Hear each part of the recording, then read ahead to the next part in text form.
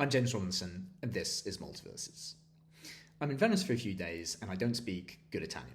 I can't express myself, conceal myself, promise, or do all the things that I more or less adeptly can normally do with language. In fact, there's some things one can only do with language. You can't write a will or a law using the medium of contemporary dance. So this is a really powerful tool, and as with all really powerful tools, it's worth putting it under the microscope sometimes. And that's what we're doing this week. Our guest is Nikhil Krishnan, a philosopher who's done stints at the universities of both Oxford and Cambridge, and he's written a wonderful book, A Terribly Serious Adventure, which traces the origins and development of ordinary language philosophy. Ordinary language philosophy was a movement within analytic philosophy more broadly. And it paid very close attention to the way that we use the words of everyday life. One of the central ideas was, instead of spending too much time thinking about the big words like free will and agency, which are quite unmoored from our everyday talk, let's think about instead the simpler words, or the simpler practices. How do we excuse ourselves? What's the language of excuses? And one of the outcomes was that when one does this, you see that our languages may be more nuanced than we think. For example, by accident and by mistake might seem completely synonymous to you, but when one thinks about it enough, we'll all agree that there are actually instances where it's right to say by mistake and not by accident, and the reverse is true.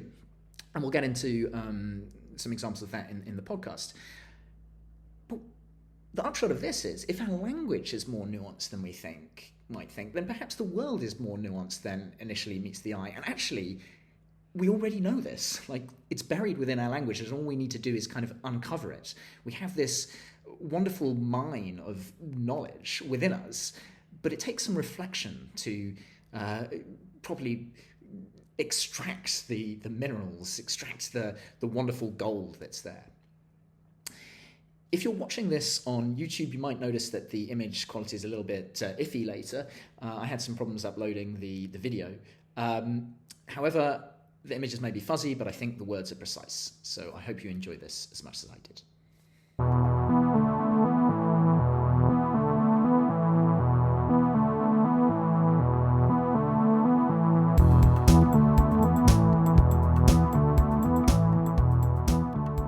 Nikhil Krishnan, welcome to Multiverses. Hello, it's great to be here, James. So you've written something a little bit unusual, which is a kind of history book of philosophy. There's something of a tradition in analytical philosophy to kind of kick the ladder away, as it were, and forget how ideas were produced. But it seems appropriate in this spirit to give a little bit of the history of yourself.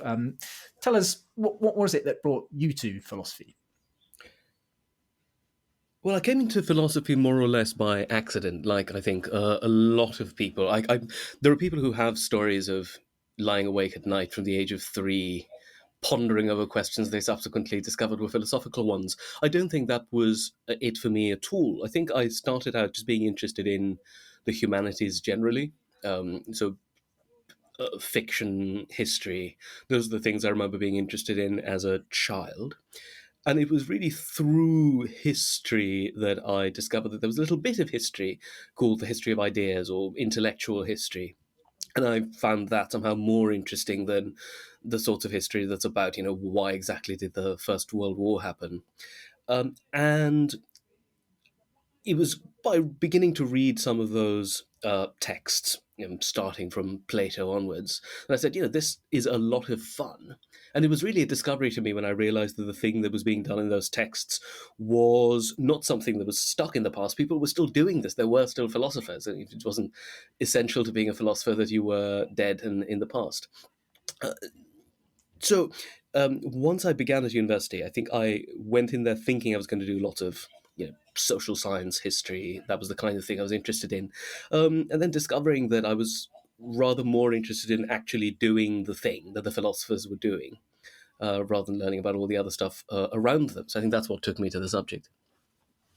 And when you started studying philosophy at university, did it match up to what you were expecting? Particularly if you've been reading the Greeks, and there's a kind of vision I think that many people have of, philosophy is something, as you say, that was conducted by now dead bearded men, I suppose, and it's about it's a very ponderous subject. Striving for depth and looking at these huge questions. And my impression is that when one actually studies philosophy at university, it's a kind of different enterprise. Did you feel any sense of surprise, or did this seem kind of continuous with your expectations? Well, I slightly overstated in the book for rhetorical effect, really. It's true that I was hoping for a subject that would be a tiny bit more continuous with the rest of the humanities. The idea was that to do history was also to be interested in, how the texts are constructed in the way that you'd study them if you were doing English literature, and it would involve knowing something about the language and the context, the historical worlds in which they were constructed. And a little bit of sensitivity to the way in which philosophy fits into the world now. What exactly is it doing? How is it intervening in the big questions that people are asking, even if they're not academic philosophers? And it's true, early on at least, I discovered that that wasn't quite how one is taught it, at least in the English-speaking world. I think it might be slightly different if you're doing it in Germany or Italy or France. But certainly where I was doing it, which was in the UK in the late 2000s, the sense was that we treated this subject as largely a technical one, or more precisely, what it is to learn the subject is to learn a set of techniques, some of which are fairly technical, formal, sometimes bordering on the mathematical. And in general, one tried to put aside historical questions, stylistic questions, as much as we could. Now, I should say, in the long run, it's turned out that there is a way of doing philosophy that fits all these different things together, that it has the technical side, is about ingenuity and precision and clarity, but that also is able to draw on history and literature and anthropology and whatever else really you want to draw on. But I think it was generally a wise thing for my education not to have been like that at the start. Certainly for me, given my own temperament, with a tendency to sort of always try and look at things as broadly and connectedly as possible, for someone to insist that, nope, we're just looking at this argument, I want to know what the premises are and what the conclusion is. So in the beginning, I sort of resented it. It seemed like I was being stopped from getting onto the really interesting stuff. But I think it was the most useful education I could have had, putting me away from my natural tendencies and excesses, and instead saying, there's a method. It was good enough for Aristotle. You're going to learn to do it yourself. And I think over time I have learned to do that, and I've learned to integrate it with all the other things I'm interested in. Yeah. Yeah, there's a really nice review of your book by Kathleen Strock. She sort of describes philosophy as, or the way that it's taught in British universities, at least, largely being as if an alien is approaching a problem and just has none of the kind of historical context, but is just approaching something for the first time, which, there is a certain sense of liberty in that. I kind of Yep. when one is not overly weighed down by tradition, Yep. and yet has available the techniques of the tradition, that can be, yes, liberating. And it's interesting, your book, from what I understand, it sort of dates back to the period, I guess, where this move away from embedding philosophy very much within the traditions of history and classics occurred. And I'm thinking particularly of how the degree of PPE, or modern Yep. greats, I should say that's philosophy, politics, and economics, and it's not just personal protective equipment, which is probably comes to most people's minds these days. So that degree was founded in 1920, and previously, I think the only way that one could study philosophy at Oxford was by studying greats, which was a mixture of history and classical languages and philosophy. And so now that move wasn't designed to change the pursuit of philosophy. It had very practical purpose at heart, if I understand correctly. And it was just, we want to educate better administrators and maybe politics and economics are useful things.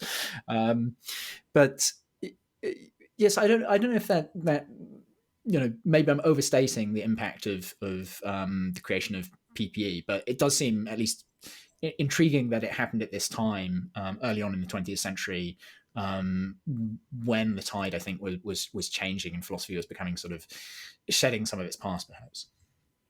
Yeah, I think I'd say that's more or less accurate. Now, my book is specifically a history of philosophy at Oxford in the first 60 years of the 20th century, but really primarily focusing on the period after the war. So 1945 to 1960 is the period I really, really sink my teeth into. But some of what happens after the war, some of the really interesting action that occurs there, happens because of the groundwork that had been done in the period between the wars. And one of those things, as you rightly said, was the move away from philosophy as a subject you could only study as part of the 4-year classics degree into something which you could study at least in one other possible degree course, which was the philosophy, politics, and economics course. And that was the course I studied myself sort of 100 years after it had been founded.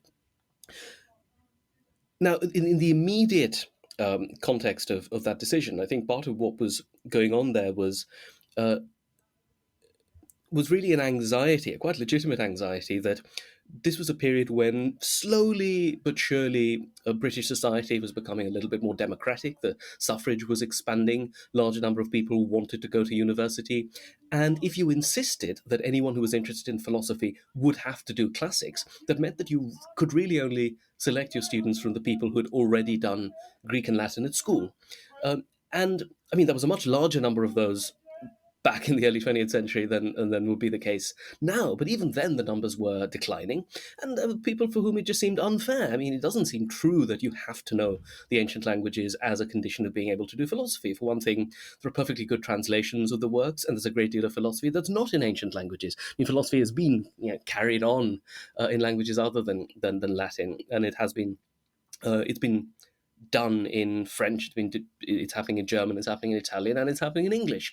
And it seems like a shame to exclude a large class of potential students from it. So one side effect of that is what you mentioned. So once you go into this degree, not thinking of it as a branch of the classics, not really as a branch of textual analysis, you can do something. Well, it's something that was nicely captured by a former colleague of mine, the late Hugh Mellor, a wonderful metaphysician and philosopher of science. Um, and he was once asked by someone from a more historically minded discipline what he worked on, and he said, causation. And someone said, Kant or Hume? And he said, no, I don't do Kant and Hume. I do what Kant and Hume did. And I really like that distinction, the distinction between the activity itself and the study of other people who've engaged in that activity. I think that once you take the subject to be a matter of doing the thing itself, doing philosophy, not just studying what other philosophers did, then sure, you can still read the philosophers, because in the same way that if you're doing physics, you're going to read what other physicists say. But the task eventually is not to write a history of physics, it's to do some physics yourself. There's no reason why the same thing shouldn't be true of philosophy too. Yeah. And I think it reinforces this idea that there is, it's something of a leveler, the way that philosophy is practiced. People arrive at university and they have very different mathematical abilities. They may be, they may have a wonderful historical mind and lots of historical knowledge, but it's not really going to help them that much when they study philosophy, unless they spent some years kind of boning up on, exactly the sort of things which is taught at university. But I don't think those things tend to be taught so much in schools. So everyone comes with almost as a blank slate. And the things that are going to be most useful to them are actually just a keen ability to analyze and interrogate often how language is used. At least that is a kind of central thread to philosophy nowadays. Yep. And again, this comes squarely back to the period in which the 20s before the war and 30s. I I think that teed everything up and started to put language, and by language I mean demotic language, ordinary language, not the ancient languages, right at the center of philosophy. Perhaps too much so, and we can come on to that. Yeah. But certainly it was it must have been a breath of fresh air. Yeah, absolutely. I can agree with all of that. The leveling power of a philosophy which doesn't require some specific body of knowledge that would require a specific kind of education in advance of your doing philosophy. I think it's drawing on things that you already have to hand. If you've had even the most minimal kind of education, I'm sure you need to be able to read and write and be able to think and talk in complete sentences. But given that the main subject of philosophy is everyday phenomena as we articulate them through our language, and we already know our language, we know our native languages. So the possibility of being able to reflect on these large questions, but without the intermediary of some difficult text, was liberating to people. To be able to say, I can talk about what it is to perceive something just by looking at these words. How do I use the word perceive, see, hear, smell, feel, etc.? And the possibility of making progress by drawing on experiences and knowledge we already have without the need for any specialist training was bound to make it a subject that would attract people who didn't have that sort of training, understandably, because they hadn't been to the sorts of schools which would provide you with that sort of training. And I think if we think back to when these ideas started to really gain currency, there was perhaps even more enthusiasm for them. And indeed, the title of your book, A Terribly Serious Adventure, comes from a piece of travel writing by Ernest Nagel, who's, as you recount so beautifully, is sort of just doing this wonderful philosophical tour of Europe, going to all the grand cities where philosophy is being practiced. And in Vienna, he's kind of really puzzled to see people so excited. And this is the time of the logical positivists. That's right. Who are really iconoclastic in some ways, and their program goes something, if I'm going to very crudely sketch it out, is something like, philosophy has completely lost its way. It's become unmoored from reality, and the only things that kind of have any meaning are things that can be deduced from empirical data, either directly or through some kind of inferential chains, or things which are just logically deducible. So something has to be demonstrable either empirically or in some logical way. And really grappling with this idea, they kind of come to the conclusion that just so much of philosophy is just nonsense. I mean, literally nonsense. Doesn't have any meaning at all, and can just be thrown out. So this is like, revolutionary stuff in some ways, and it's clearly really exciting to a kind of cohort of or a generation around Europe, I guess. And you also point out that perhaps this is linked to other things going on in Europe and Austria, particularly at the time. This is the one place where people can break free intellectually. Doesn't require any resources other than that same kind of looking inwards or looking outwards at language, however one thinks of it. And also looking at what science is doing. There's a huge respect for science from the logical positivists. In fact, they essentially thought that philosophy would just end up being subsumed within science. And once you cut off all the dead wood, what would be left was essentially a particular way of helping Science and logic. Science and logic, yes. But I mean, one should say that program didn't really wind up the way they thought. Philosophy still exists, and for good reasons, I think. But I do love the kind of spirit of enthusiasm with which it was started, and I think that must have really helped propel this idea throughout Europe, I suppose.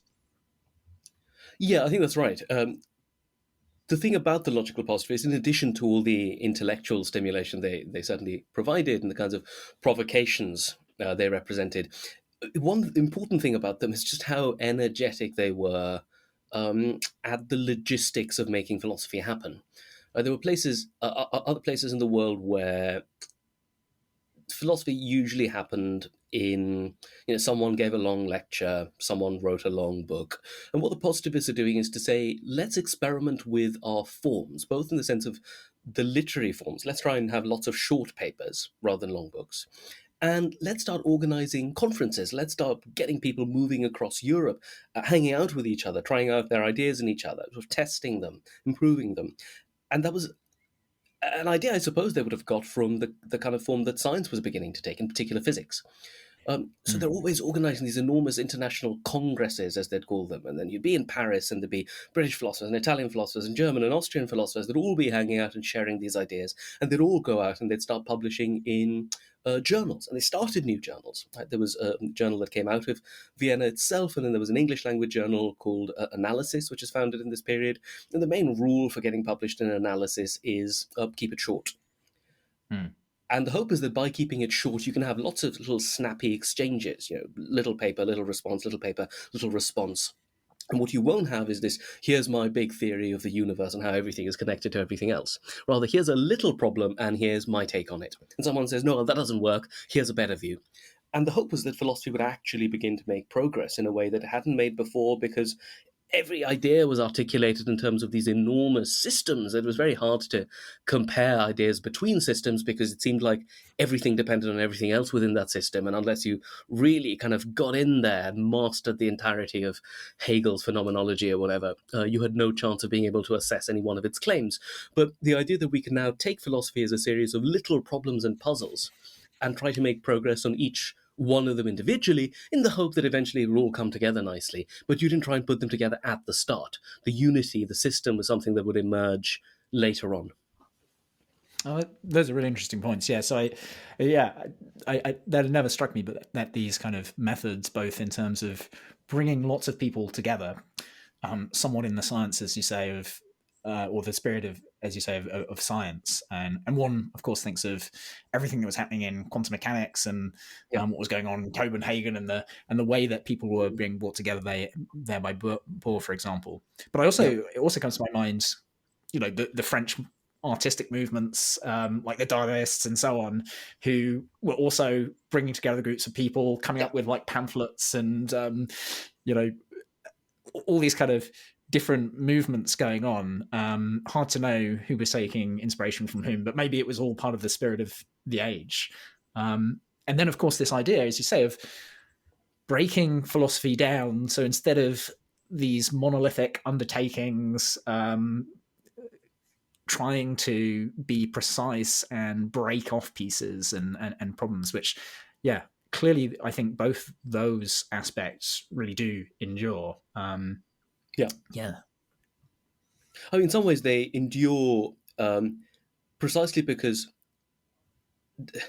well, the positivists themselves, I mean, they had this spirit, as you say, of let's try to look at the individual problems, let's write shorter papers, let's have lots of meetings and share ideas. But on the other hand, they were motivated by this one very large idea, which was that we can give a principle which will tell us the difference between what is meaningful and what is meaningless, and certain kinds of human discourse, certain uses of language, in particular religious language, ethical language, aesthetic language. That stuff is meaningless and should be understood in some other way, as attempts to persuade, attempts to manipulate, or have a psychological effect and express emotions, that sort of thing. And I think over time, one thing that emerged was that the spirit of that same kind of more scientific-minded philosophy eventually undermined even that idea within positivism itself. I think the really sensible idea, and the one that I think is essential to the Oxford stage in the development of this philosophy, is that they really took to heart the idea that philosophy is best done piecemeal. Don't try to have one principle which will try to tell you the difference between the meaningful and the meaningless. Just look at each bit of language on its own terms. Try and work out what it's trying to do. Don't go in there having already prejudged the matter. Right? Let the discourse, let the use of language determine what kind of theory or account best suits it.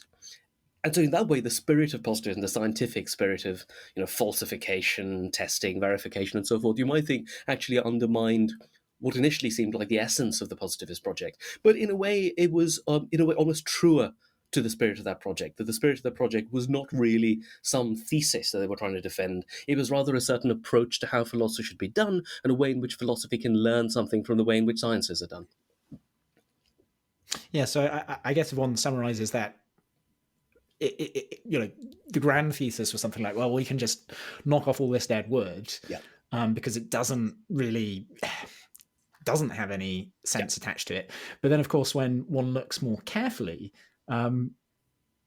surprise, surprise, all these kind of metaphysical questions are ones which are actually really important and bear upon everyday language and practices in all sorts of surprising and intriguing ways.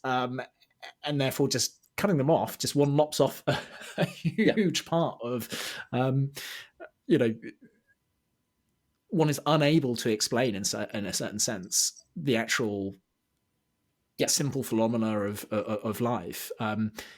There's a beautiful line from your book where you say something like, ordinary language held that language should be accountable, or what we should say becomes accountable to what we do say. Yeah. And that kind of spirit, I guess, is very much in this empirical spirit again. That what, as philosophers, the way that particular issues are discussed should pay attention. The words that are used within philosophy, that they need to be informed by the evidence of the way that words actually are used. Yeah, I thought that was very, very nicely put, and again, just shows the continuity of spirit there, even if in many ways the grand structure of logical positivism fell down.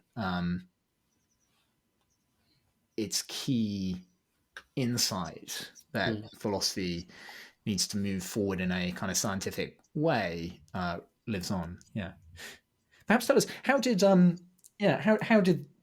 were these ideas received in Oxford? How did they come to Oxford? As it's quite intriguing to me, just how the world in general worked then.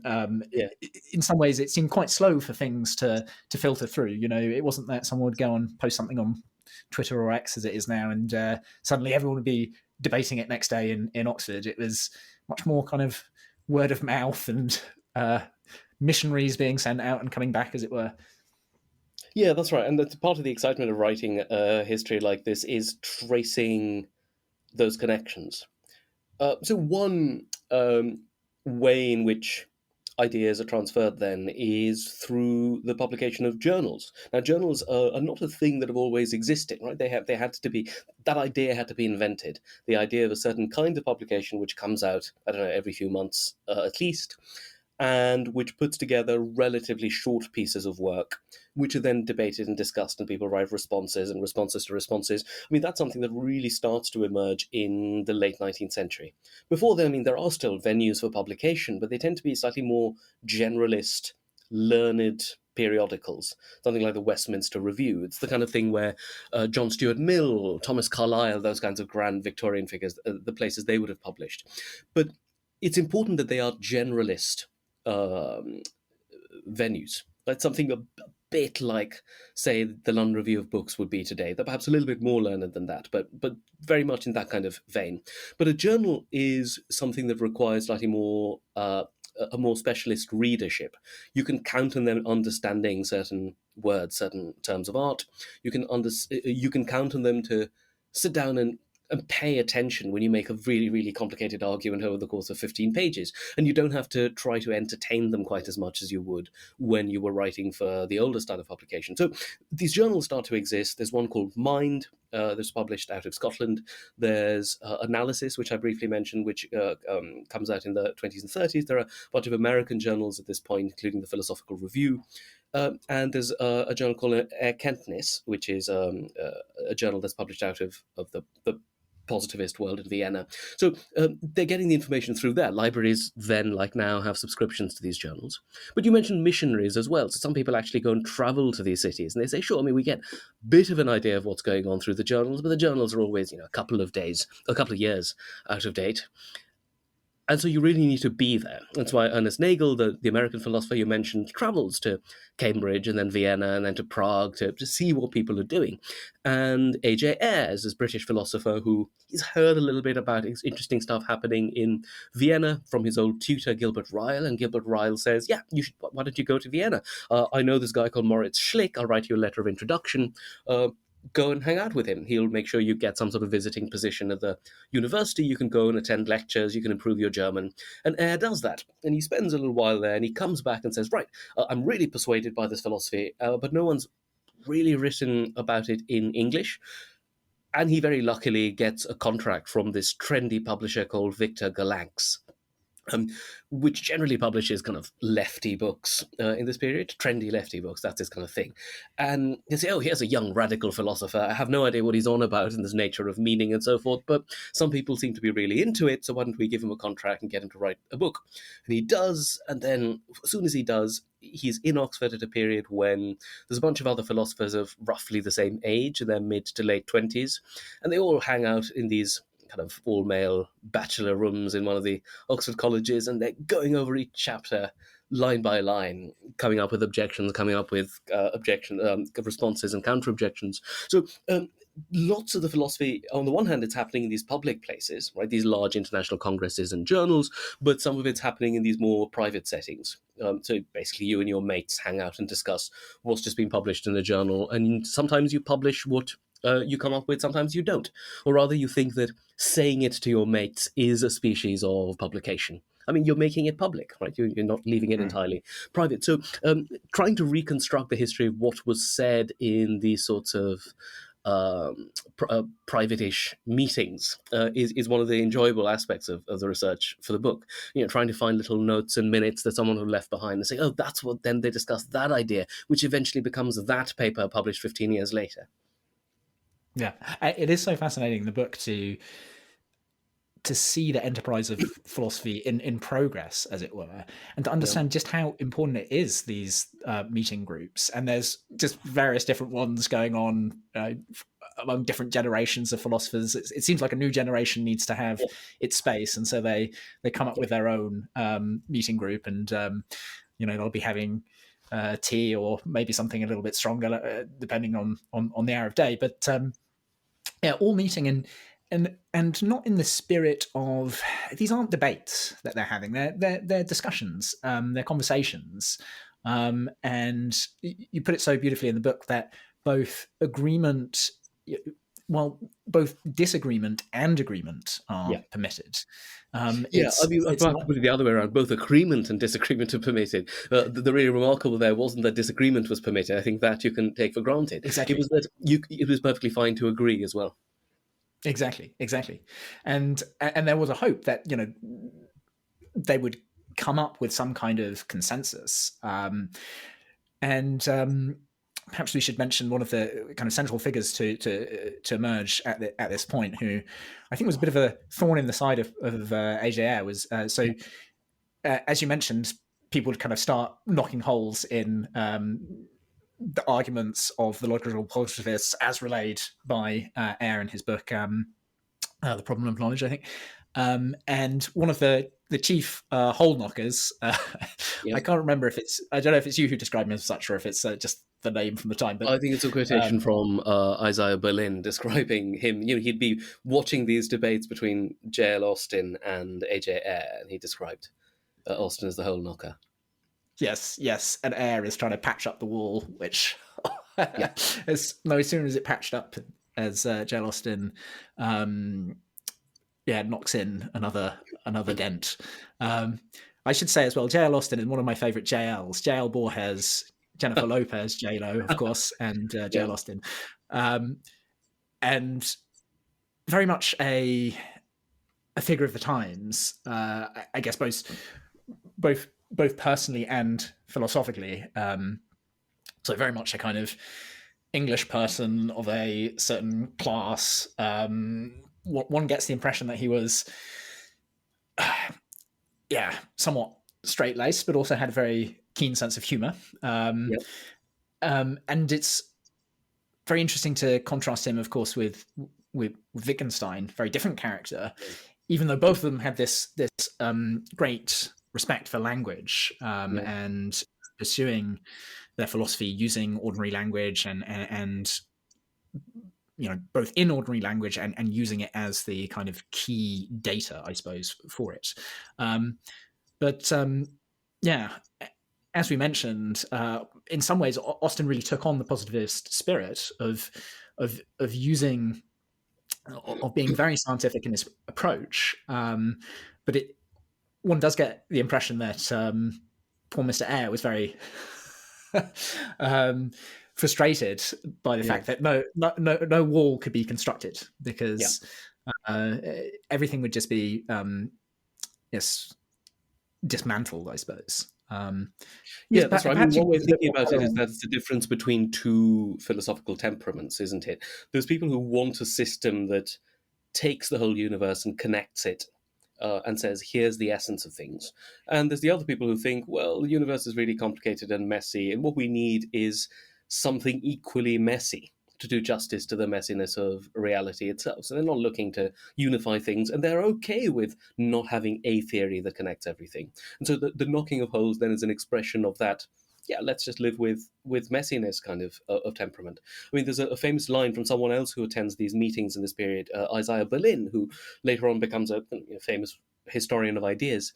And he writes an essay called The Fox and the Hedgehog, or is it The Hedgehog and the Fox, which is partly an essay about Leo Tolstoy and the sort of weird reflections on the nature of history that you find in War and Peace. But the basic idea is from a fragment of this ancient Greek poet from whom we have only one line surviving. And that line goes, "The fox knows many things, but the hedgehog knows one thing." And he uses that as a way of dividing up thinkers, writers, philosophers, scientists. There's the hedgehog thinkers who want one big idea which connects everything. And there's the foxes who think you need plenty of different ideas. So, Plato is supposed to be a hedgehog and Aristotle is supposed to be a fox. And someone like Shakespeare would be a fox as well, because it's really hard to pin him down on anything. There's just lots of different human characters and variety. And I suppose Austin would count as being, at least to put it a little bit boringly, methodologically a fox. Don't assume at the start that it's all going to join up. Just try and talk about each thing on its own terms. And one other slogan that becomes really influential in this period is a remark from an 18th century thinker called Bishop Butler. And Butler is famous for saying, everything is what it is and not another thing. And in one sense, that's a completely trivial statement, right? A tautology. In another sense, it's a really useful thing to be reminded of, which is don't try and say, oh, this thing you're looking at is actually just an example of this other thing, right? Ethical discourse is just like aesthetics discourse, is just like religious discourse. Let's use one principle to define the essence of each. Instead, no, attend to each one on its own terms. Ethics is ethics and not aesthetics. Aesthetics is aesthetics and not religion, etc. And I think once you bring the spirit of that into philosophy, you're slightly less inclined to want to make everything link up. You're just willing to say, let's just talk about each thing by itself. Yes. And I think that's beautifully put. And perhaps we can give some kind of more concrete impression of what Austin's methods were, some examples of the holes that he knocked perhaps in Sure. walls, because he would probably be turning in his grave about how abstractly we've been talking about him, given that he was all about the precision and getting down to the business of things, which one really enjoys this in his writing. Sure. So perhaps the best way into this aspect of Austin's work is to talk about what used to happen at these meetings he used to run after the war. So just very briefly, it might be worth saying that Austin had been a promising young philosopher in the 30s, beginning to do some important work on language and epistemology.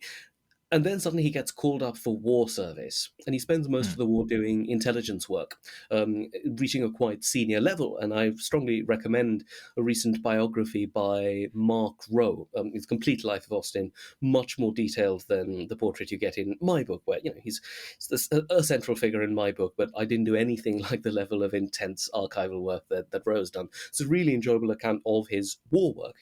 But one thing that Austin learned from doing intelligence work during the war was that you didn't make advances in intelligence by having one genius sit down and try and work out everything, right? You just needed lots of little reports of saying, well, this is what's happening in this bit of Normandy, and this is a little thing we decrypted at Bletchley Park, and we just put these two things together and say, aha, this is what the Germans are up to. But it takes time, it takes effort, and most importantly, it takes cooperation. One genius can't do it all. And he said, well, it seemed like an intractable problem, the problems of military intelligence. We solved them through cooperation. Why not think exactly the same thing could be done with the big problems of philosophy? So take a problem such as free will, right?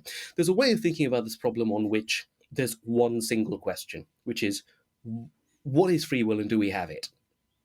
And some people say, oh, yes, we do, and it's really important. And on the other hand, you have people who say, nope, complete illusion, we need to get rid of it and get rid of all the social practices that seem to assume that we have free will, things like blaming and praising and punishing and so forth. Now, what Austin would do with something like that is to say, well, hang on a second, what on earth is a will? What on earth is it for it to be free? Do we really need one concept that's meant to do all this different work? One thing that's going to be, on the one hand, a theory of action, something that distinguishes supposedly human actions from animal behavior, something that can be the grounds of our entire set of extremely complex practices of blaming and praising and punishing. He says, well, it's not clear in advance that we have one thing that's presupposed by all of these practices. Why not instead look at each one of these phenomena, each one of these activities on its own terms? So the paper in which he makes this point, absolute classic, really represents his style and his approach. It's called A Plea for Excuses. And in this paper, one of the things he's doing is to say, look at the phenomena that we currently regard under a very, very general label, the label of responsibility. Now, stop using that big word responsibility. Instead, look at the various ways in which we try to explain, extenuate, and give excuses for our actions. And think about what's happening in each one of these cases. And so he makes a bunch of very, very subtle distinctions. On the one, for instance, he says, the idea that everything can be divided into either free or not free, right? And then you have a big debate between which things fall on which side of the divide. Instead, you realize there are many, many ways in which things can be unfree. For instance, something could be unfree as an action because it was an accident. It could be because it was something done unwittingly. It could be unfree because it was coerced. It could be unfree because it was inadvertent. And these are distinctions which our language is already able to make. We've got all these different words, which is why we distinguish between doing something unwittingly and doing it unwillingly, doing it inadvertently, doing it accidentally, and doing it by mistake. And the idea that there's one thing called freedom, which underlies all of these different cases, or if you like, the thing that is absent in all these different cases, he says, well, we have no reason to assume that. And once you start looking at the phenomena, it'll turn out there is not one thing. The word freedom actually is an enormous philosophical abstraction, which, far from connecting, unifying different phenomena, actually makes us think there's only one thing going on, when actually there's dozens of things that are going on. And the hope is that philosophy will start attending more closely to these different phenomena. Ask what the difference is between an accident and a mistake.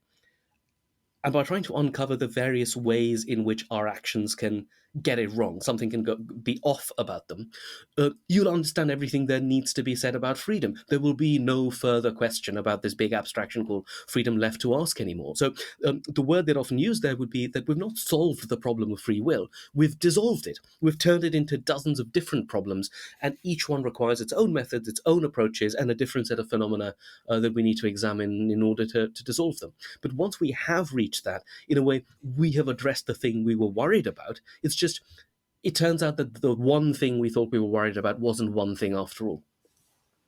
Yeah, it's complete wizardry. One reads that paper because, for example, Austin starts off with many terms which one would say, okay, well, these are just synonyms, right? These mean the same things accidentally and by mistake and so on. But then he shows very clearly that actually we do appreciate the difference between these terms. Or similarly, the example with I know yawning. Does one either yawn involuntarily or voluntarily? Well, neither seems right. So it's clear that somehow linguistically we don't want to say that things are either voluntary or involuntary. There is a kind of our language is somewhat finer than that. And of course, the mistake and the by mistake and by accident is just a beautiful example and involves kind of classic thought experiment of Austin of donkeys being shot. So a farmer going out to his field and in one circumstance, a donkey he sort of he doesn't recognize or his own donkey and shoots the other one. He's mistaken as the identity. And in the other case, he does take a bead on the correct donkey, but then his neighbour's blasted donkey just steps in front at the last moment, and there's clearly an accident there. And one's like, oh gosh, so there is a difference between these terms, which I'd always thought that I had been employing kind of indiscriminately and at a whim. But actually, there's some deeper structure here, which anyone in principle can recognize in their own language. It's truly eye-opening just how much data one has access to, or just how much how much mileage one can make by sort of armchair philosophizing. Although, of course, that's a very unfair thing to say because, as we've mentioned, so much of the progress that Austin made was not sitting on his own, but discussing things with other people. Yeah, that's right. And the hope is that, this wasn't always borne out by his own practice. I think it's clear that he was a fairly charismatic person whom everyone deferred to. So some of the more democratic elements of the practice, I think, weren't always borne out in how he himself ran it. He's just one of these people who like to be in charge. But that's not a problem in the method itself. It's just as conceivable that that set of methods could be employed by someone with a less authoritative manner and someone who could actually allow it to be fully democratic. And a good deal of subsequent philosophy which uses these methods is democratic in that way, right? It hasn't got Austin breathing down your neck telling you what you're supposed to say. It's in the spirit of people saying, this sounds a bit odd, I wonder why. And someone saying, I wonder if we put it this way, that might make it a little bit better. And I find myself just constantly in conversations which basically are conversations in that style.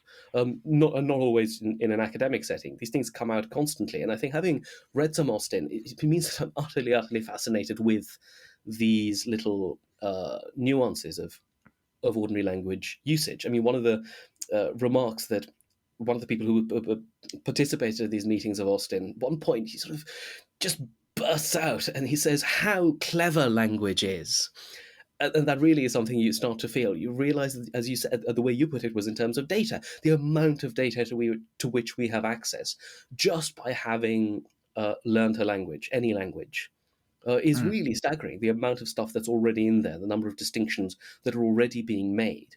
And that really brings into focus the arrogance of a kind of philosophy which says, let's put all that aside and let's sort of invent a new term, which I just sort of came up with half an hour ago sitting in my armchair. And we're going to talk about that. We're going to talk about appearance and reality. We're going to talk about, reality and illusion. We're going to talk about freedom and coercion, whatever it is. And you say, well, language is much more complicated than that. You are cleverer than that. And you're making yourself stupid because of bad philosophical habits you've acquired from the tradition, right? And that's a reason why we should reject the tradition. Stop doing it in terms of these enormous abstractions. Attend to the enormous resource you have to hand already.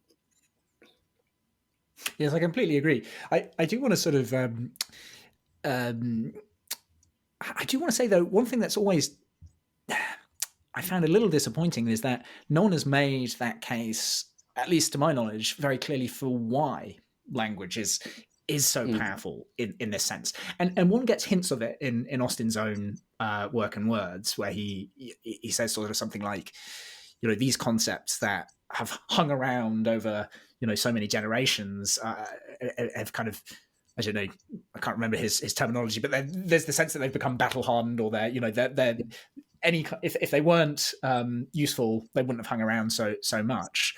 But of course, one wants a little bit more than that, because it's very easy to find counterexamples, particularly in sciences and technology, where it is the new concepts and terms which are actually far more successful than the old ones. We have quarks and gluons and all these wonderful rich ontology of things that have been invented, but not invented, discovered, I suppose. And they've replaced earlier things like ethers and humors and so on. And so clearly there's good evidence that, at least from the sciences, there can be huge benefits from bringing in new terms, and perhaps that's what's inspired some philosophers in other traditions. But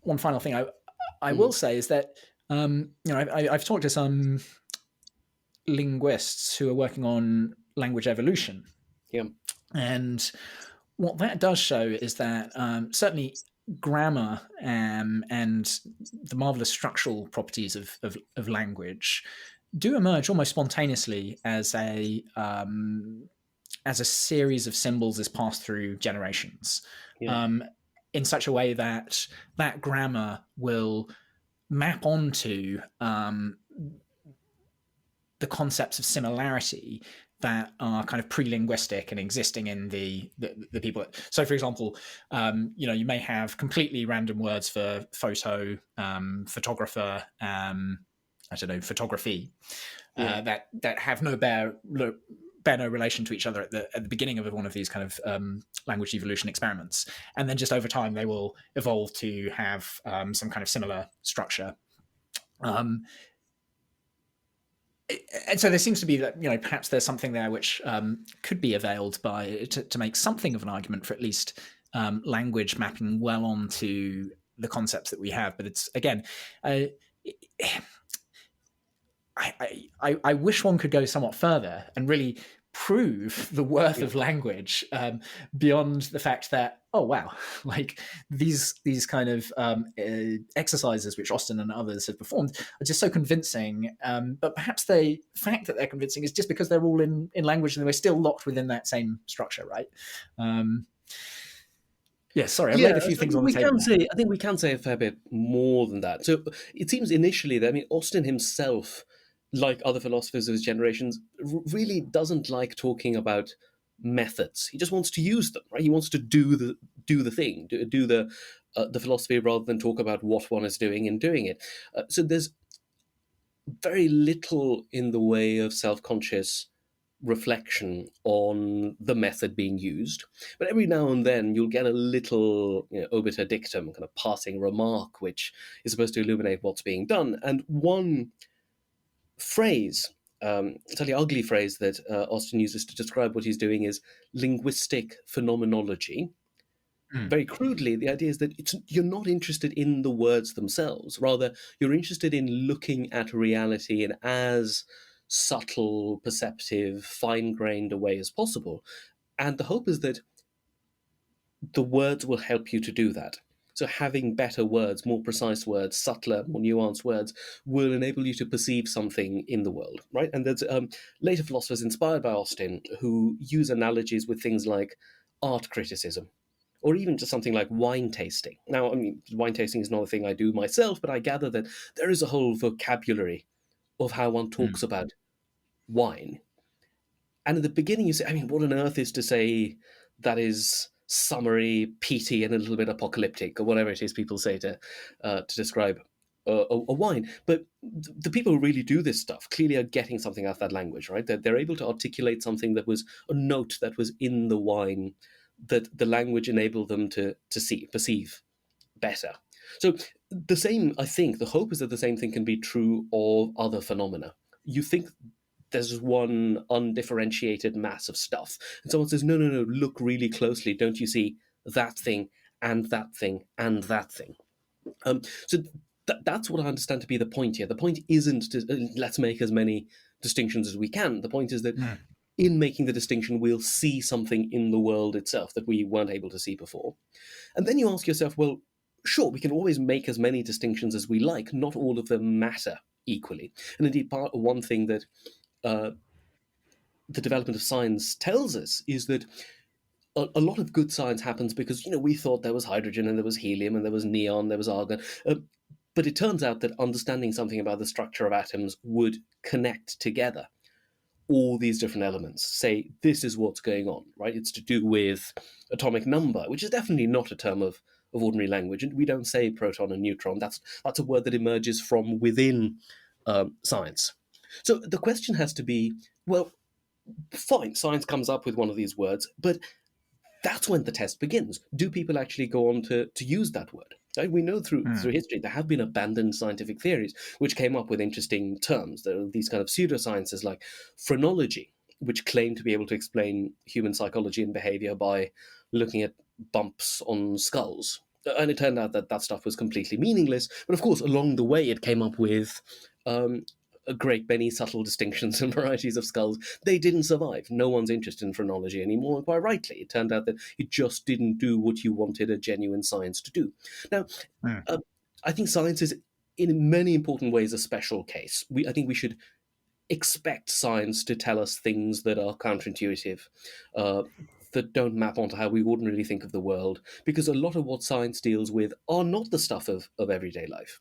Right? It's precisely an attempt to look beyond the conditions of everyday life. It seems a little bit weirder to think that the same thing would be the case for philosophy, especially when it's philosophy of something very, very everyday, like praising and blaming, to use the example I just did, or just what is it to see something. The idea that you could have a vocabulary that was utterly disconnected from and could replace all of our language in these sorts of phenomena sounds to me much less likely, at least to start with. Right? You'd need a very strong argument to persuade me of that. So the hope is that what we'll do is to stress test our language. And some bits of language will survive the stress test. And that's definitely going to be the case in the sciences, right? Not every neologism that a scientist has come up with has actually caught on. There's a reason why quark did catch on, because it did explanatory work that alternatives to it didn't. And so you can think of other such areas of human life which are really good for stress testing concepts. One particularly good one is the law.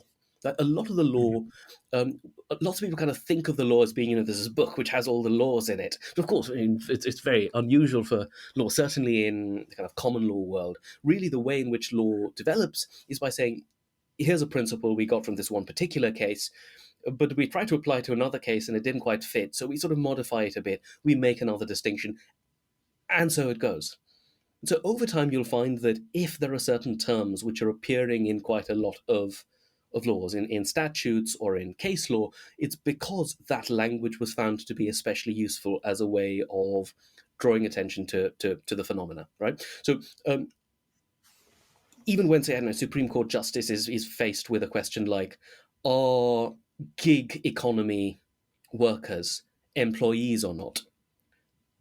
And you realize the word employee and worker can sometimes be used interchangeably, but they're clearly not the same. And the whole point about the gig economy is that it seems to force us to draw a distinction between these two classes of people. And then you say, to what extent is an Uber driver like an employee of a more traditional sort, someone who has a contract and someone who has a regular salary and someone who gets, I don't know, various sorts of protections of employment against summary dismissal, etc. And you realize, well, in some ways they are, in some ways they aren't. And then a judge actually has to look at the phenomena, right, by saying, how do we normally describe employees? How many of those features are present in the particular case of a gig worker? And just, by the way, the particular judgment I'm talking about, I've suddenly forgotten what the name, I think it was something like Uber and Aslam, A-S-L-A-M. And the Supreme Court justice who wrote the judgment on that was himself originally trained as a philosopher, Lord Leggett. And you can really see some of that kind of subtle attention to language, how we talk about work and employment, that's at work in the background of the kinds of principles he draws. And in that particular case, he decided that given some of the things that Uber workers are required to do, they clearly are much more like employees than Uber itself wanted to allow. So that's a case, I think, where we are really drawing on the resources of our ordinary language to illuminate something about, in this case, an incredibly important economic, political, legal phenomenon. And I think all of that is very much in the spirit of the Austinian approach to philosophy. Yeah, I think that's very well put. And yes, as you say, looking at these edge cases, trying to push the limits, and one is reminded of Wittgenstein's famous dictum, "The limits of my language, the limits of my world," which I don't entirely agree with. But of course, if you want to really delineate something, the best place to look is at the edges and the most imagining these interesting, often somewhat unlikely scenarios, such as the donkeys being shut in a field, but of course, one wonders, how far can one push the limits of language? Is it always fair to expect our language to be up to the task? Of course, in physics and technology, as we've mentioned, there's clearly examples where it's not, and a new term is completely necessary and appropriate. But of course, what I'm thinking of is, well, a couple of things. On the one hand, the kind of thought experiments of people like Bernard Williams and others in terms of personal identity, where we ask ourselves, what would happen if a person went through a teleportation device, and then we make various kind of little tweaks on that experiment to really tear apart our concept of identity. But of course, maybe identity is just not the right concept to use anymore, or maybe we need to abandon some of the baggage. The other thing that comes to mind is a popular saying or aphorism from Edgar Dijkstra. The question of whether a computer can think is no more interesting than the question of whether a submarine can swim. Clearly saying that these kind of questions are just splitting hairs. I really do disagree with that, and I think the reasons I disagree are very much linked to the enterprise that Austin was interested in, because of course, whether something can think, if we agree that that's the appropriate way of describing what it's doing, that locks it into a whole web of other things. It may mean that does that mean that we need to think of it as being conscious if it thinks, or perhaps not, but it certainly locks it into a certain system of language, and we cannot ignore how much of an effect that has on the way that we ourselves think of something. But yes, I do what I do worry is that even for these questions of thinking, identity, and consciousness, where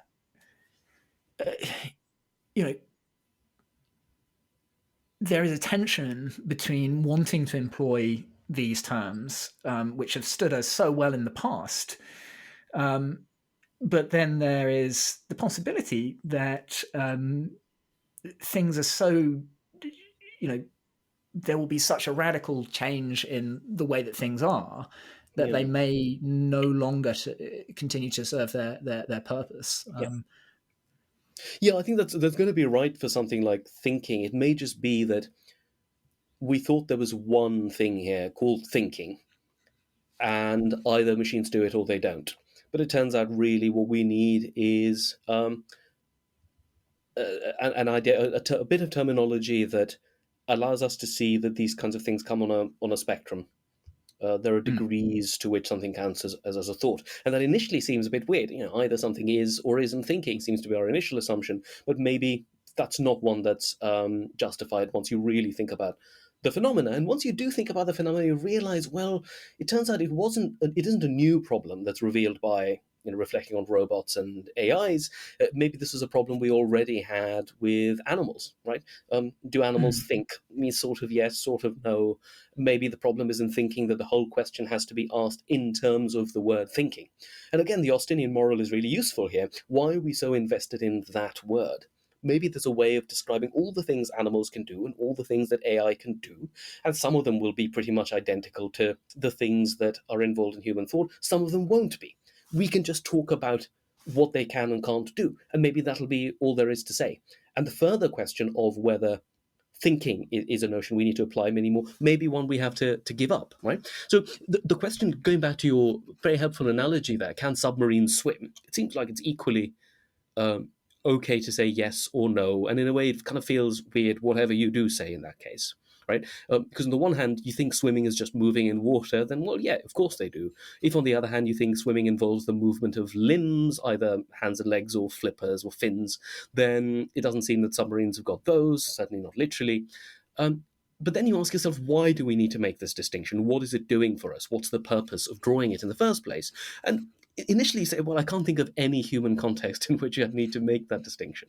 But then you could imagine a legal context in which it starts to become important. Say there was a bylaw of some lake saying swimming is not permitted in the lake, and someone said, well, I've got a submarine in there.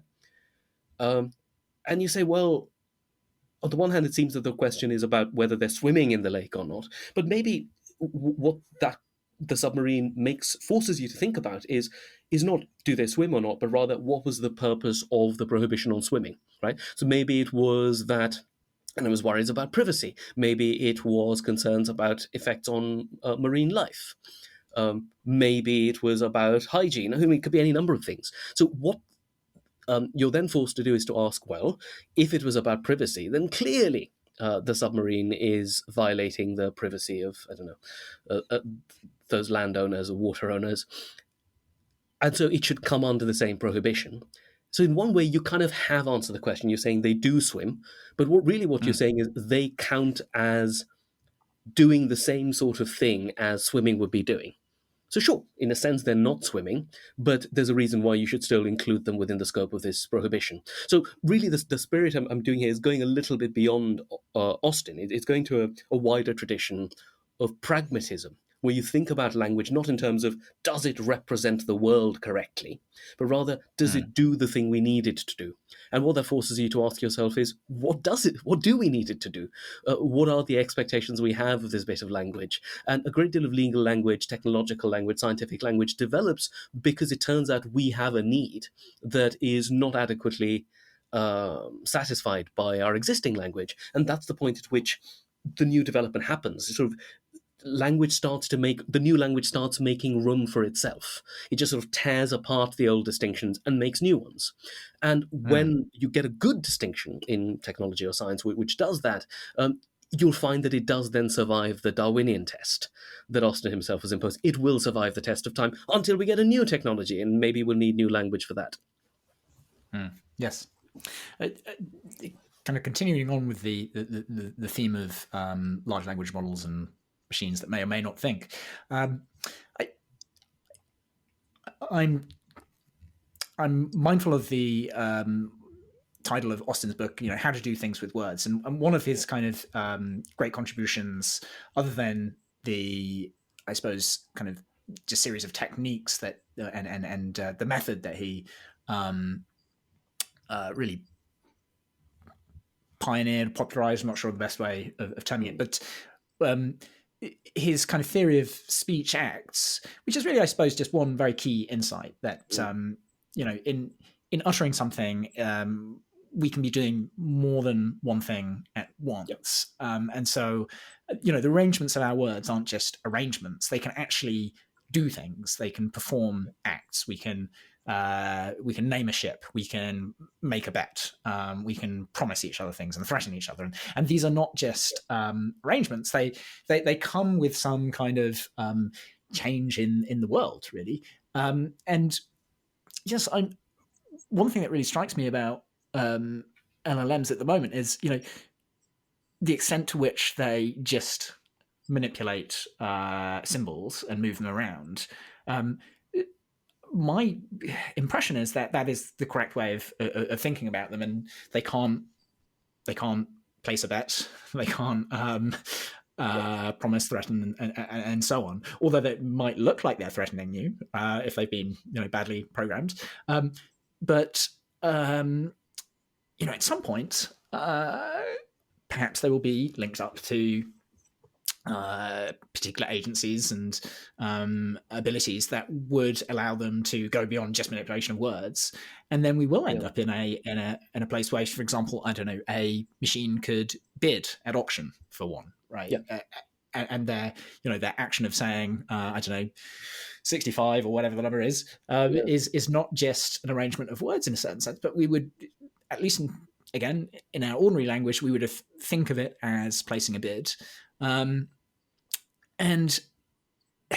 even if it just strikes me as interesting as whatever, even if those machines are patently not conscious, right?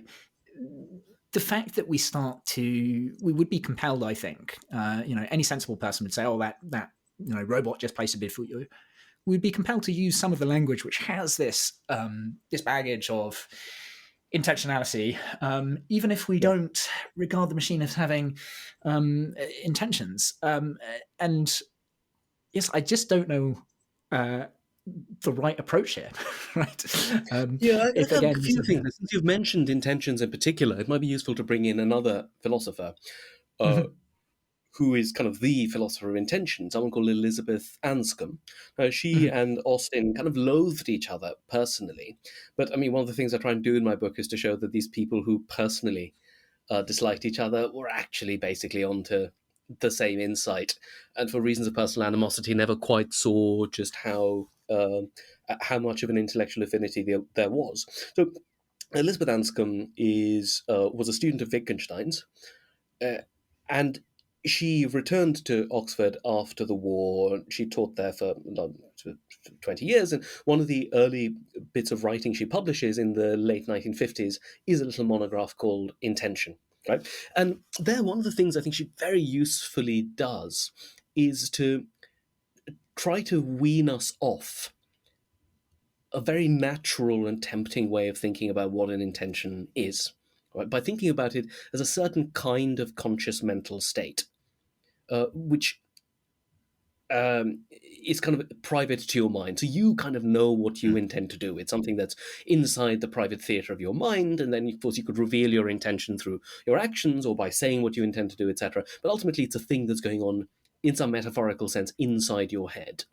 And she wants to say, well, that's just not the right way of thinking about intention. It's not a thing that's going on inside anything else. It's not a thing that is going on. Rather, she says, why don't you think about it this way?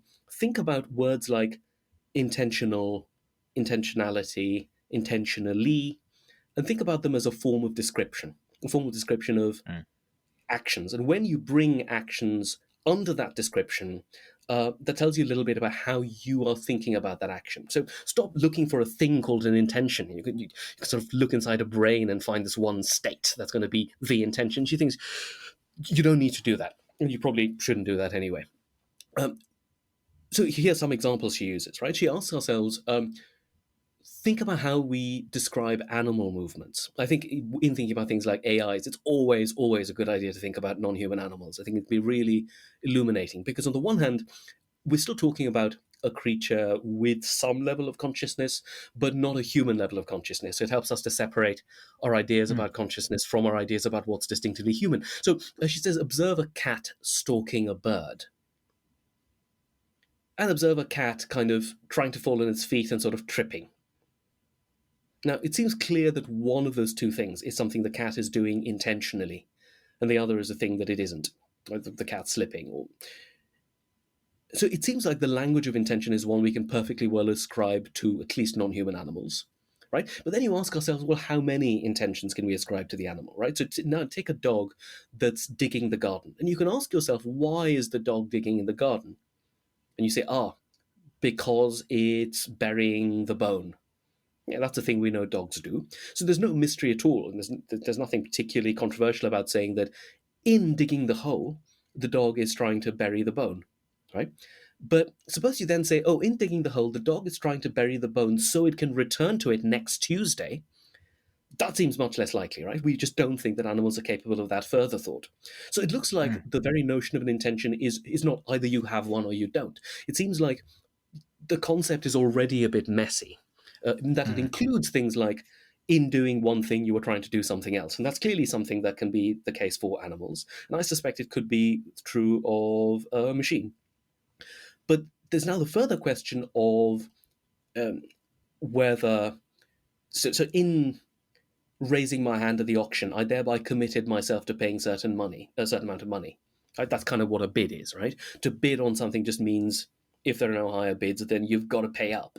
Now, there's a question of whether a machine could incur an obligation.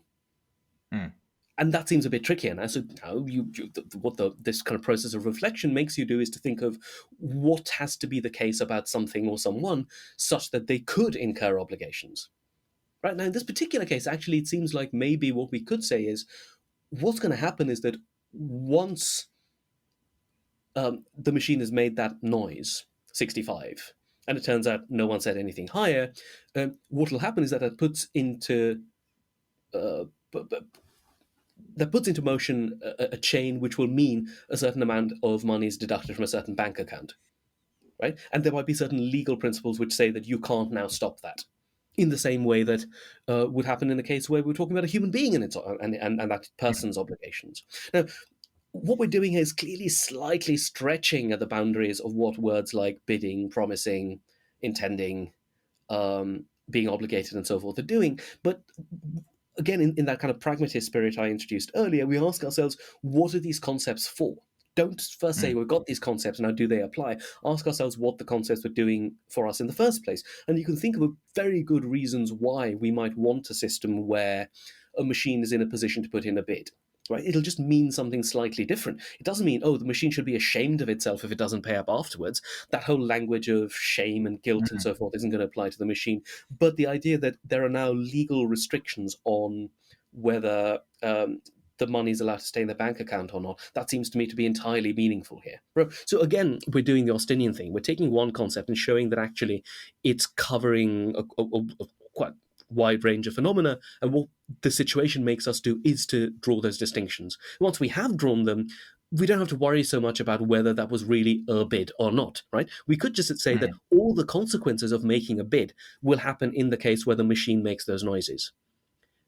Do we need to worry about whether it was a bid? Well, that just seems like a fetish for answering the question of was it, wasn't it? We don't need to answer that question anymore. I myself feel no longer worried about that question once I've said all the things I just have.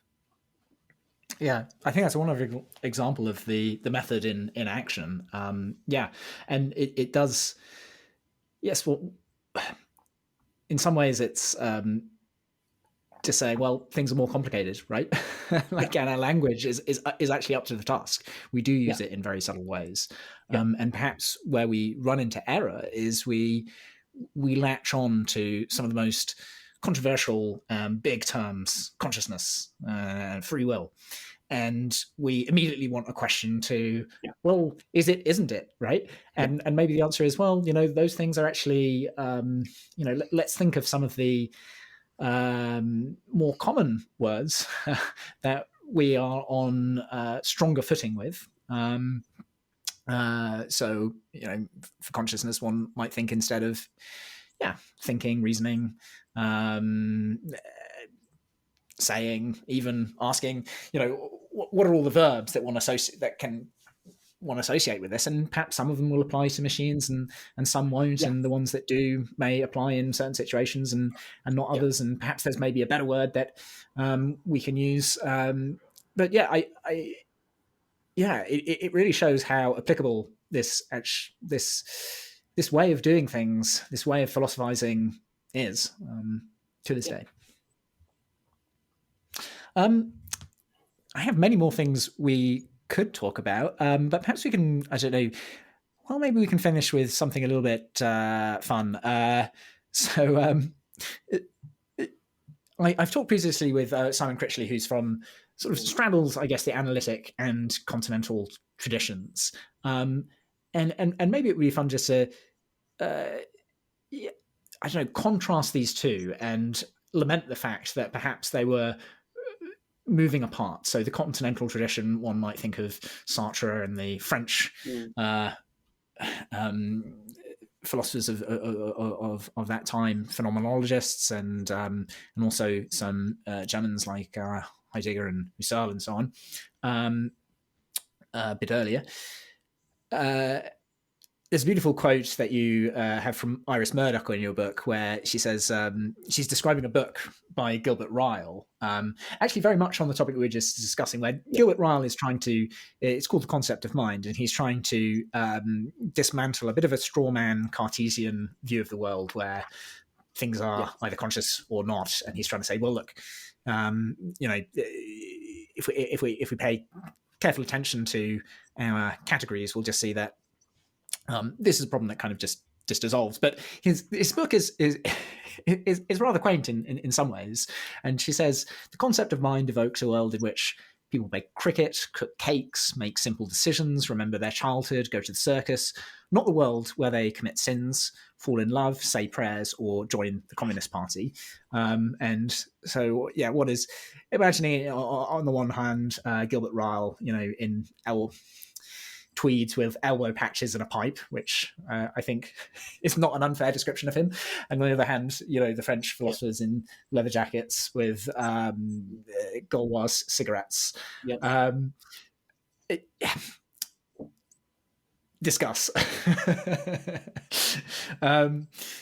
Yes, where do we? What can we say about this? And can a rapprochement be made between these worlds, or should we just think of philosophy as a few different disciplines that really don't need to talk to one another? On the one hand, this continental tradition, which is rather textual, looks very much at the ideas as they attach to particular people, really is striving to understand and express something about the human condition in a rather grand sense, and this kind of analytical Christian trying to break things down into their smallest pieces, concerned with using language in a precise, clear way, throwing away, not so interested in who generated a particular idea, but really just trying to avail themselves of arguments. Firstly, is that kind of fair classification? Yeah, plenty of things to say on that, almost kind of too many things. I mean, one sort of pedantic thing to say at the start is that, of course, there isn't a thing called the continental tradition. Yes. And some people would say there isn't a thing called the analytic tradition either. These are all kind of invented traditions. They're labels we apply to what were, in fact, diverse and disparate, internally quite differentiated activities or histories. And that is true, but it's also true that you can draw a rough sort of line in the way that you did, right? So one very crude way of drawing the line would be to say, what do you think is the most important thing for philosophy to be? Is it important that it be clear, or do you think it's important that it be deep? And then you've got all the clear philosophers on the one hand and the deep philosophers on the other. But then that immediately makes you ask, well, why does it have to be one or the other, right? So very pointedly, the epigraph I chose for my book is one, there are two philosophers I use as my epigraphs. One is Nietzsche and the other is Bergson, Henri Bergson, a French philosopher. And it was meant to be a deliberate irony that in a book that's very, very English, right? I choose to start things off with quotations from Nietzsche and Bergson. So the Nietzsche quotation is, those who know they are deep strive for clarity. Those who would like to seem deep to the crowd strive for obscurity. And the Bergson quotation is, there is no philosophical idea, however deep or subtle, that cannot and should not be expressed in everyone's language. Now, what I suppose I was trying to do there was to say that it isn't either or. And indeed, you might even think that being clear can be a way of being deep, right? But there's a further question now, which is, what is clarity itself? And it turns out that there might be more than one way for something to be clear. Right? There are bits of philosophy which sort of insist, analytic philosophy as we've been calling it, which are clear, but the way in which they try to make things clear is by setting everything out in, I don't know, numbered propositions. They introduce new terms of art. They use abbreviations. They set things out in formal arguments: premise one, premise two, conclusion. And sure, sometimes that can make things clear, but I think we're all aware that sometimes those are themselves devices of obfuscation, ways of wearing the clothes of clarity, having features that clear prose has, but that actually doesn't make things clearer at all. And that's especially true of the formalism. And I know this because I've been on the other side of it, particularly as a graduate student, and I'm trying to be, all impressively analytic, and I just go about numbering everything for no good reason. I mean, things that would actually be a lot easier to read and understand if I just wrote them out as a fluent paragraph. But I think it looks more serious when we set it out using numbers, bits of unnecessary logical notation to go with it. We don't need the stuff. We don't always need it, right? So the question is going to be what forms, what styles best serve the end of clarity. And sometimes it could be formalism, sometimes it won't be. Sometimes avoiding formalism could be precisely the thing we need to do. And then there's a further question, which is just because something is clear, does that mean it can't have other virtues, right? And that's where someone like Nietzsche is an especially important figure within the Continental tradition. Sure, there are some bits of Nietzsche which, who knows what he's on about. There are other sentences which are the most extraordinarily clear things you'll ever read, but there's not a single logical symbol in them, right? It's Nietzsche in the mood of someone writing in his aphoristic mood. He'll come up with one of these statements, and like, I don't know, man does not strive for happiness, only the Englishman does. You go, slam, that's such a good line, such a good line. And in it is contained a critique of a certain kind of British utilitarianism, right? Maybe the critique is right, maybe it's wrong. Clearly that needs further discussion. But there's something about what's boiled down into that one very simple sentence with no fancy words at all. So I think the question we should really be asking is not analytic versus continental, but rather what kind of style do we want to aspire to in philosophy? And more specifically, to what extent can philosophical writing be expressive, right? Not just report on this is how things are, right? But also express something of one's view of the world, what one values, what one cherishes, what one thinks is important, what ought to be salient, etc. And it's clear that all philosophical writing is doing that anyway. It's just that the particular style that we are taught, if we're educated in the analytic tradition, is one which says, no, the style you want to be going for is one that is as unexpressive as possible, right? The one that doesn't use emotive language, that uses as few metaphors as possible. And in general, I think that's a virtuous tendency. It's good for us to be taught to write like that. But every now and then, even within the analytic tradition, you'll have writers who just loosen the strings just a tiny bit, right? And I think it's all the more effective in these writers. Some of them I mentioned, Iris Murdoch is one, Bernard Williams is another. There's one who doesn't appear in the book, but is really extraordinary at this. It's a chap called Richard Walheim. And he's one of these writers who will write an incredibly careful paragraph of prose. There's a little bit there about the nature of desire, right? So it starts with, S has a desire for phi. It's got all these kind of algebraic symbols to start with, and it talks about the difference between consistency between different beliefs and how all our beliefs have to kind of cohere, but all our desires don't have to cohere because the same demand of consistency doesn't apply to them. And then he just breaks out in this extraordinary metaphor. Our desires, each one of our desires may be seen as a little keyhole, but it is not true that once one turns the key, the door will open onto one beautiful garden. I'm slightly misquoting it, slightly more elegant than that. But it brings out really effectively something about the difference between different sorts of mental states. And I find it all the more convincing because of the coherence and precision of the metaphor, right? But the fact that the metaphor itself serves the ends of clarity and that it's clearly been thought through a great deal doesn't mean it doesn't also have the kind of power that a good piece of literary writing can have. Right? So I think the best philosophical writers do have that kind of literary distinction on top of all the philosophical virtues they have. Now, is it something we can all achieve and we can all achieve consistently? Probably not, because that kind of thing is really, really, really hard. And it's particularly hard if you're a first-year undergraduate first being taught to write in a new form that's utterly unlike anything you've been asked to write at school. So, of course, I understand why the insistence of the analytic tradition is to, as part of its training, to insist on clarity and the judicious use of formalism. But I think that's something we need slowly to break away from, just allow ourselves just a bit more in the way of metaphor and expressiveness when we think it aids what it is we're trying to achieve, which is clarity and insight.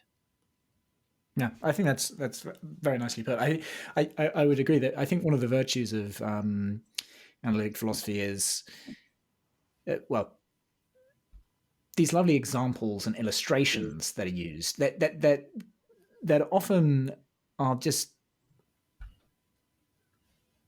indicate that a very creative mind is at work. Some of the thought experiments that are devised are just so ingenious. And those are passed around very readily and can be kind of just extracted from a work and related, completely different language, but one gets the idea of the donkeys and so on. But unlike in the, in I hesitate to call it the Continental tradition because you're absolutely right. It is just the name is somewhat offensive. But in other ways of doing philosophy, it might be quotes and texts that are passed around, which I think are perhaps better way would permit for more of yes, a little bit more liberty and precision and something touching and continuous with poetry, with history to breathe through the works. I mean, maybe I don't know if you see any signs that this is something that is happening, that people are becoming generally a little bit looser, or is it just philosophers here and there pushing or testing the limits of what is acceptable? Yeah, I mean, my own inclination is to say that there has never been a period of philosophy in which everyone wrote the same way, right? There were always outliers. And the particular form that the expressiveness of philosophers will take will kind of depend on where we are in the world, where we are in history. So what it was to be an elegant writer in the 1950s was to write like someone who'd spent the last 20 years reading a lot of Greek and Latin texts. So, I mean, I like that style myself, but it's only one way of being elegant, right? You go into the 60s, 70s in American philosophy, and they don't have the same background at all. They haven't been to those sorts of schools, haven't had a classical education, but they may have had a scientific education. And some of what's interesting about their writing is how it's been informed by some elements of scientific style, right? Not just bad, clunky scientific style, good scientific style, right? And then you go on, then particularly in American writing, you see people using colloquialism a great deal more, right? There's this paper by Hilary Putnam called something like "Meaning Ain't Just in the Head," and that's a very nice way of using demotic English, right? A really informal register of English for rhetorical effect. Like there's other writers, one I'm especially fond of called David Lewis, a real master of English prose, not because he's sort of flowery or florid, full of metaphors, though he uses a few of them every now and then. But there's something about the way in which he's able to mix registers, go back and forth between sounding like someone wearing a tweed jacket and someone wearing leather and smoking a Gauloise. So it's always possible, I think, to mix things up, and people always have. And what you mix with what is partly a matter of your personal formation and the culture of your time. So I generally kind of encourage it. I think your experiments with literary style can fail, but that's because anything you do with writing can fail. It can fail for argumentative reasons, it can fail for stylistic reasons. So there's no really safe way of not failing. And lots of people think that, the safe thing to do is just to write boringly. Well, sure. So in one sense, you won't embarrass yourself. But another way, you will just bore the reader. And I think we should all be a little bit more courageous. Sometimes be more scared of boring people than you are of slightly embarrassing yourself. And I think all writing would be better if we were less frightened of embarrassment. Wonderful. Yes. So we need to hold ourselves accountable to the right way of using words, but maybe that extends to a beautiful way of using words as well. Yeah. Yeah. Well, this has been a real pleasure. I don't know if you have any kind of final comments, maybe advice for people either studying philosophy or thinking about studying philosophy about that. I think you've given a great flavor of what it is to not only be a philosopher throughout these wonderful years of the 20th century, but what it involves these days as well. But I wonder if you have anything you'd like to add. Yeah, sure. I think the thing I generally say um, to people who ask about studying philosophy is there's a bad way of thinking about philosophy where you think of it as a repository of wisdom, right? Where you see philosophy as a simple variety of self-help or therapy. And I don't think it's going to be a simple variety of that, at least, right? Because I think that what's valuable about philosophy is not the value of its conclusions, which is one reason that I slightly resist a certain kind of self-help book every now and then, which just titles like, I don't know, how Aristotle can change your life.